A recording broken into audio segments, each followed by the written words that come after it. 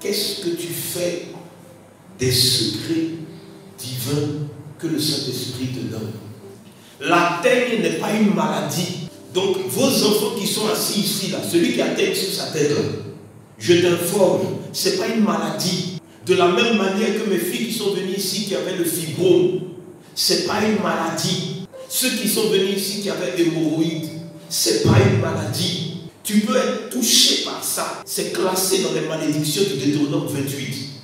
Donc quand tu es touché par ça, il faut savoir que par répercussion, cette malédiction va toucher tes biens.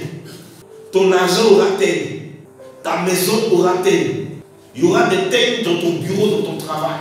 Donc si tu vois les teignes dans ta maison, sache qu'il y a une malédiction qui est en train de frapper là où tu habites, là où tu vis. Quand la teigne vient sur ton enfant ou sur ta tête, on appelle ça la lèpre.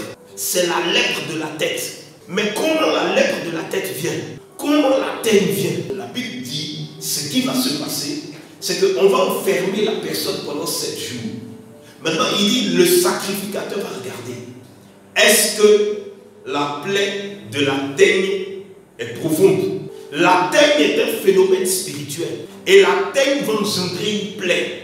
Et le problème, c'est que l'humanité transporte des plaies qui ne sont pas identifiées. Et c'est le livre de Deutéronome 28 qui dit, l'Éternel te frappera de l'ulcère d'Égypte. Allons-y. D'hémorroïdes. D'hémorroïdes. De gales. Et de teigne. Donc tu ne pourras guérir. Toute personne qui n'écoute pas Dieu, écoutez, je vous en supplie. Je me suis dit, mais pourquoi Dieu fait ça? Et le Saint-Esprit dit, ta maman qui t'a accouché, est-ce que ta maman qui t'a accouché, tu estimes que tu as le droit de faire comme tu veux sans écouter? Ton papa qui t'a mis au monde, est-ce que tu peux le renier? Mais les chrétiens me renient. C'est pourquoi je voulais dire à mes fils et à mes filles, quand vous êtes à proximité de la table, soyez saints, sinon on va vous enterrer. Et il y a des gens qui ne comprennent pas pourquoi la pauvreté l'aime. C'est-à-dire que nous on sent Jésus, il t'aime encore. Lui là c'est la galère qu'il aime. Il a un love extraordinaire avec la galère. C'est la pauvreté l'aime comme ça. Donc le jour même où il fait des prières de richesse, la pauvreté elle pleure. Je t'aime, Dieu est parti. Il dit, il te frappera d'une serre d'Égypte. Vous voyez les gens, j'ai plein de ventre, j'ai plein de ventre, j'ai plein de ventre. Un peu seulement j'ai plein de ventre. Et il n'y a aucun médecin qui explique c'est quoi plein de ventre. Toutes ces personnes, ces femmes qui ont les plaies de ventre là, elles attendent le consolateur. Elles attendent toutes ces femmes qui ont les fibromes. Écoutez, il y en a une là. 15 ans de prière, elle ne guérit pas. Pourquoi? La solution, c'est d'écouter l'Éternel. Dans le livre d'Osée 5, le Seigneur dit, je serai comme une teigne pour Éphraïm, comme une carie pour la maison de Juda. Combien de choses nous avons bâties? On ne sait pas comment ça s'est gâté. Pourquoi? À cause de l'esprit de la teigne. C'est un rongeur.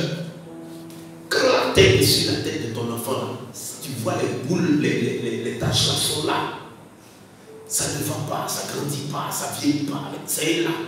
Parce que ça ronge à toute petite échelle, mais ça ronge sûrement. Maintenant, cette même teigne qui est un rongeur spirituel, quand ça touche ton argent, ça ronge à toute petite échelle. Maintenant, il dit, amassez-vous des trésors dans le ciel, où la teigne et la rouille ne détruisent point, et où les voleurs ne percent ni ne dérobent, parce qu'une fois que tu te concentres sur le spirituel, ton acquis physique ne peut être touché ni par la teigne, ni par la lèpre, ni par la gale, ni par l'hémorroïde, ni par l'ulcère d'Égypte. Regardez, la femme, l'épouse du pasteur Noriel, elle nous a dit qu'elle a fait un songe où les gens sont venus faire des actions de grâce avec des sacs poubelles. Par manque de discernement, tu n'analyses pas ce que tu donnes. Il dit, vous venez à l'hôtel avec des involtures. viens s'il te plaît. Il y a des personnes qui sont pauvres. Parce que leur manière d'être dans la présence de Dieu, c'est de la désinvolture. Il y a des gens qui ne trouvent pas de travail. Parce que leur manière de marcher avec Dieu, quand ils viennent à l'hôtel, ils viennent comme ils veulent. Il y a des gens qui n'aboutissent à rien. Pourquoi? La Bible dit, et Moïse dit à Aaron, prends le brasier. La Bible dit que l'homme de Dieu était en face de Dieu, le prophète Isaïe. Il a commencé à crier quand il a vu le trône de gloire. Il dit, je suis Dieu. Je suis impur, mes lèvres sont impures. Il y a un archange qui s'est envolé comme ça. Il a pris le brasier ou à l'autel. Il a touché la bouche du prophète Isaïe avec. Il dit, lève-toi. Ceci a touché ta bouche. Tu es devenu pur. Il a pris le brasier. Il a touché sa bouche. Vous voyez, nous n'obtenons rien dans le monde spirituel. Parce que Dieu attend de nous que nous soyons chauds, bouillants, et que nous devenons comme de la braise. Et le problème, c'est que tu es l'église. Ton corps est le temple sacré de l'Éternel. Et si ton corps est le temple sacré de l'Éternel, c'est que dans ton corps, il y a l'autel. Et le Saint-Esprit dit, désormais, je n'écrirai plus mes paroles sur des tables de pierre, mais sur des cœurs de chair. Où est ton cœur? Dans ta poitrine. Où est ta poitrine? Sur ton corps. Qu'est-ce que ton corps? Le temple de Dieu. Le problème, ton cœur est froid. Or, pour réussir à vaincre la teigne qui te fatigue, la maladie qui te fatigue, il faut que ton cœur devienne chaud et bouillant. Le feu de l'Éternel, c'est-à-dire il y a un brasier en toi. Regardez, Satan attaque que ceux qui dorment spirituellement. Satan n'attaque que ceux qui sont découragés, qui sont dans la tristesse. Moïse dit à Aaron, prends le brasier. Où est ton brasier?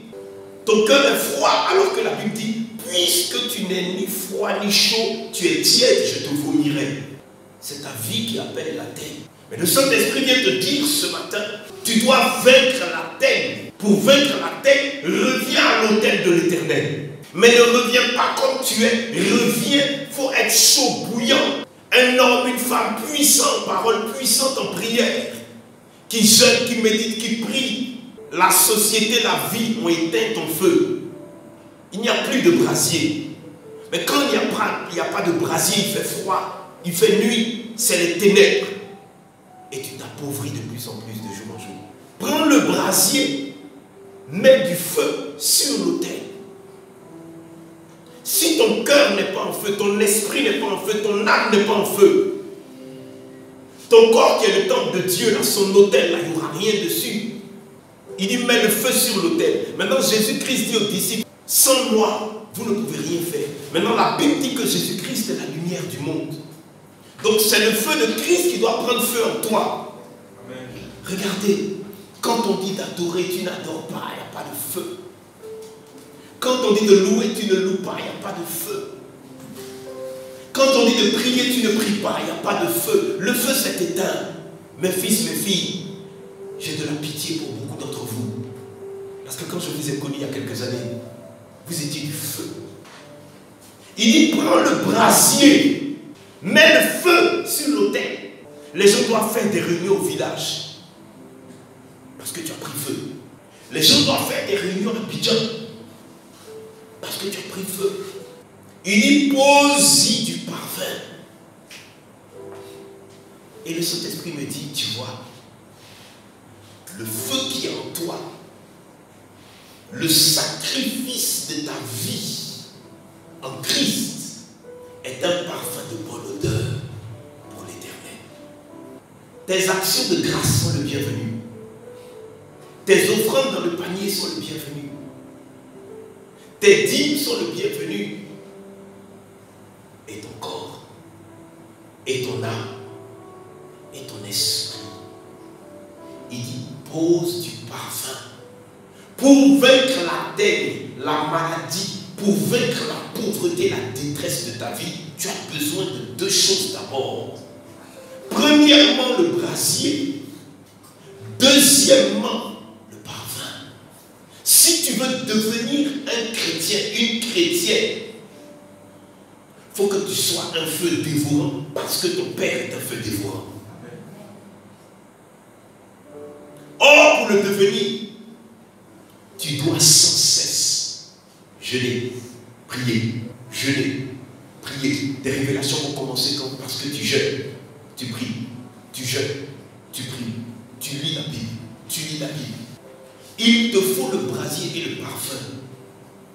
Moïse dit, va promptement vers l'assemblée et fait pour eux l'expiation, car la colère de l'Éternel est éclatée. Virgule, la plaie a commencé. Quand Christ est venu, comme il a vu que tu n'as rien, comme il a vu que tu ne peux pas et tu ne comprends pas, Christ s'est fait expiation à ta place. Il s'est fait parfum de bonne odeur à ta place. Il s'est fait sainteté personnifiée à ta place. Tout ce dont tu as besoin, il a fait ça. Maintenant, la Bible dit, si tu entres en lui, ça marche. Si tu restes hors de lui, ça ne marche pas. Et là encore, les chrétiens ont trouvé un problème parce qu'ils n'arrivent pas à entrer en lui et s'asseoir. Tu ne peux pas vaincre la teigne hors de celui qui est le brasier, le parfum et le sacrifice d'expiation. Maintenant, tout le monde dit, si je vis, ce n'est plus moi qui vis, c'est Christ qui vit. Quel Christ? La lumière. Tu ne peux pas rentrer dans les lumières. La lumière, tu as la manifestation des ténèbres. De ces gens qui révèlent que Christ est la porte. Quand tu ouvres, de l'autre côté, il y a de verts pâturages. Tu dis que tu as ouvert la porte, tu es rentré, et puis de l'autre côté, toutes les herbes que tu vois, c'est sec. Ta vie est sèche. Donc tu n'es pas entré. Tu n'es pas entré. La Bible dit, Aaron prit le brasier comme Moïse avait dit, et il courut au milieu de l'assemblée, et voici la plaie avait commencé parmi le peuple. Il offrit le parfum, il fit l'expiation pour le peuple, et il se plaça entre les morts et les vivants, et la plaie fut arrêtée. Qu'est-ce que Aaron a fait? Il est sacrificateur. Il s'est mis entre ceux qui sont en train de mourir et puis la plaie.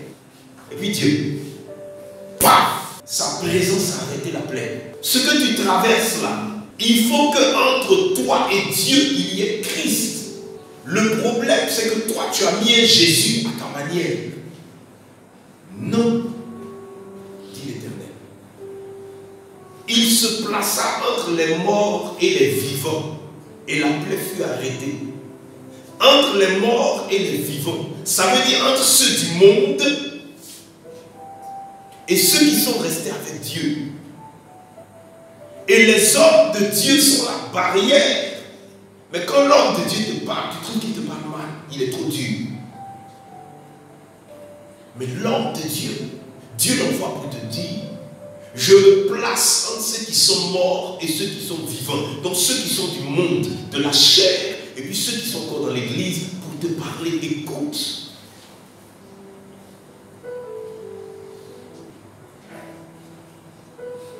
Est-ce que tu es entré dans l'arche? La Bible dit, il y eut 14 700 personnes qui moururent de cette plaie, outre ceux qui étaient morts à cause de Corée. Aaron retourna auprès de Moïse à l'entrée de la terre, la tente d'assignation, pardon.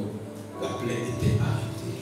Maintenant, la teigne doit s'arrêter aujourd'hui. Quelqu'un dit amen.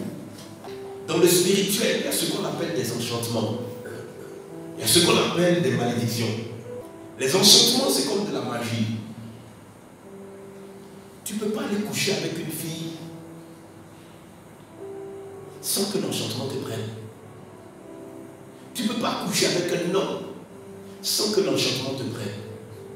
Alors, quand l'enchantement te prend, toi-même qui es enchanté et sous enchantement, tu veux te délivrer. Et chaque fois que la personne vient, vous êtes dans le même péché. Quand tu es pris sous l'enchantement, chaque fois tu dis non, à partir de lundi, j'arrête. Et ça fait 8 ans que tu dis j'arrête. Une chrétienne, j'ai organisé un programme, elle était venue. Dès que son homme va au travail, elle se va sur YouTube, elle regarde du porno, elle est dans la masturbation. Maintenant, elle-même, vous pensez qu'elle n'a pas essayé? Elle a essayé d'arrêter. Tu ne peux pas. Il y a un enchantement. Maintenant, vous vivez des choses. Les gens ont besoin de toi, il ne faut pas t'amuser. Les jeunes sont en train de mourir dans ce pays-là. Parce que les trucs mystiques dans lesquels ils sont maintenant, ils sont en train de mourir. La plaie est déclenchée. Et il y a des plaies de tous bords. Maintenant, l'homme de Dieu, Dieu le mandate pour se poser entre toi et ceux qui meurent. Tout ce qui est dans les ténèbres doit être envoyé à la lumière par toi-même. Mais la Bible dit que ce qui est dans les ténèbres là, prends ça toi-même, dépose ça à la lumière. Donc quand les gens viennent à la délivrance, c'est le fait que tu aies décidé de prendre ce que tu fais dans les ténèbres pour envoyer à la lumière. Ta délivrance se déclenche avant que tu ne viennes chez l'homme de Dieu. Le problème qui se pose, est-ce que tu veux que la terre s'arrête?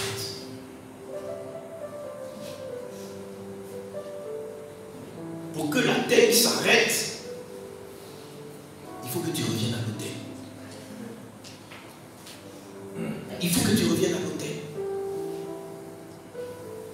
Beaucoup sont dans les larmes, dans les pleurs, mais la solution c'est l'autel. Le sacrificateur au-dessus de tous les sacrificateurs s'appelle Jésus-Christ de Nazareth.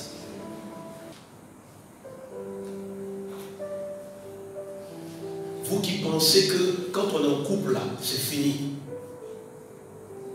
Il y a des choses que Satan ne vous a pas encore montrées.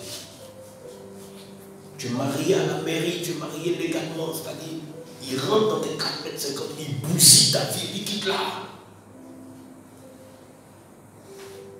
Ton père spirituel est là, ta mère spirituelle est là, ils n'ont rien pu faire. Satan garde ta vie, il écrase ça comme de la poussière, puis il quitte là.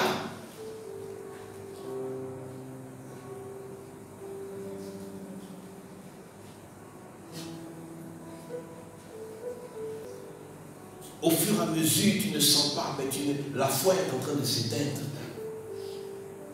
Le Saint-Esprit m'a dit, tu as vu au début, vous aviez le temps de prier les mardis soirs, les jeudis soirs. Vous avez même le temps de prier à 7 h du matin. Au fur et à mesure, vous avez arrêté.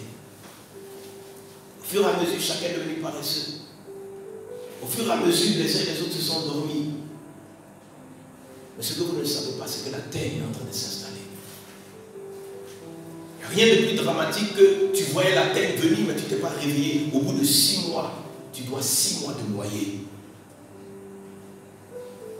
Si tu veux vaincre la terre, Satan est en train de se foutre de toi. Quand tu vois la pauvreté s'installer, les dettes, c'est-à-dire que tu n'arrives plus. La teigne est là, il y a une plaie. Pour guérir la plaie, Jésus dit, sans moi, vous ne pouvez rien faire. Maintenant, il dit, je suis la parole. Lève-toi. Assieds-toi dans la parole. C'est-à-dire, c'est atmosphérique. Assieds-toi dans la parole de Dieu. C'est atmosphérique. Je suis le chemin. Je suis la vérité. Je suis la vie éternelle. Assieds-toi dans la parole. Médite-la jour et nuit. Il dit à Josué, fortifie-toi seulement. Fortifie-toi seulement. Et aie bon courage. Et aie bon courage. En agissant fidèlement selon toute la loi que Moïse. En agissant fidèlement à la parole de Dieu. Mon serviteur t'a prescrit. Ne t'en détourne ni à droite. Ne t'en détourne ni à droite ni à gauche. Tes camarades vont venir, tes copines vont venir, tes amis vont venir. Ne te détourne pas, reste dans la parole. Afin de réussir dans tout ce que tu entreprendras. Afin de réussir dans tout ce que tu entreprendras. La réussite là, ce n'est pas la magie. Écoutez, nous ne sommes plus du monde.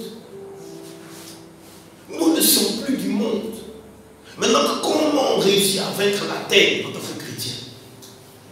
Il dit, assieds-toi dans la parole afin de réussir dans tout ce que tu fais.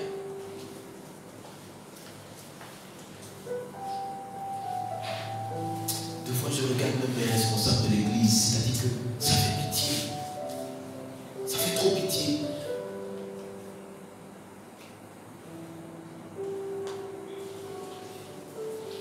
J'ai aimé quand un jour le Saint-Esprit m'a dit, il nous a dit ici, est-ce que vous avez pitié de vous-même?